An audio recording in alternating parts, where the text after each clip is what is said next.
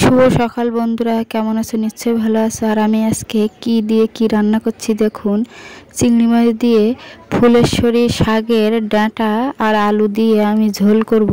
তা কিভাবে আমি ঝোল করি ভিডিও তোমরা দেখতে থাকো। আর আমি ঝটপট রান্না করে মাঠে যাব। আর দেখুন বন্ধুরা, ফড়নে আমি 5 ফোঁটন দিয়ে দিয়েছি। আর এদিকে পেঁয়াজ লঙ্কাও কুচিয়ে রেখেছি। 5 ফোঁটনটা একটু লাল লাল করে ভেজে নিয়ে তারপরে পেঁয়াজ লঙ্কাটা দিয়ে দেবো।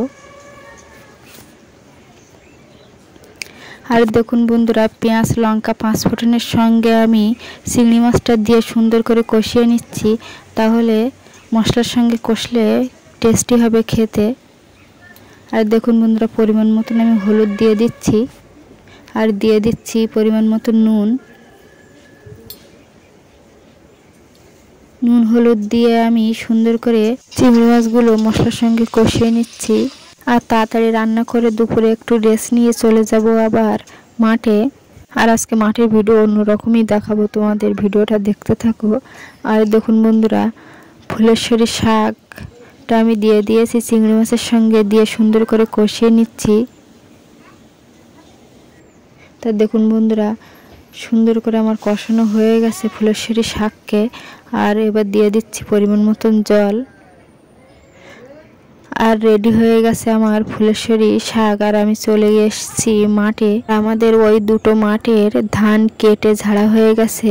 আর এই মাঠের ধানটা এখনো কাটা হয়নি দেখুন। আর একটা জন নিয়ে আমার শাশুড়ি মা তোমাদের দাদা ভাই কাটছে। আর এই দিকটায় দেখুন বন্ধুরা, সবাই ধান কেটে পুরো মাঠ ফাঁকা করে ফেলেছে। আর দেখুন বন্ধুরা, তোমাদের এক রকমের পাট গাছ দেখাচ্ছি। যে পাট শাক আমরা খাই সে পাট শাক কিন্তু নয়, এটা হচ্ছে মেস্তা পাট। এ শাকগুলো খাওয়া যায় না। আর এর পাতাগুলো কত সুন্দর ফুলের মতন দেখতে। আর আজকের ভিডিও অন্যরকম, মানে আজকে আমি তেমন কাজ দেখাতে পারিনি। আজকে শুধু মাঠটাকে একটু ঘুরিয়ে ঘুরিয়ে দেখাচ্ছি। প্রতিদিন তো তোমাদের কাজ দেখাই মাঠে আমরা কিভাবে কাজ করি। আর আজকে একটু ঘুরে দেখাচ্ছি। আর সব ধানের গাদা দিয়ে রেখেছে কিছু কিছু জায়গায়, তারা মাঠের থেকে ঝেড়ে তুলে নিয়ে যাবে। আর পুরো মাঠটাই ফাঁকা হয়ে গেছে এখন। আর আমাদের এই ক্ষেতের ধানগুলোই রয়ে গেছে, এগুলো আমাদের তোলা হয়ে যেত। আমাদের ওই মাঠে 2 জায়গায় খেতে ধান ছিল, ওই জন্য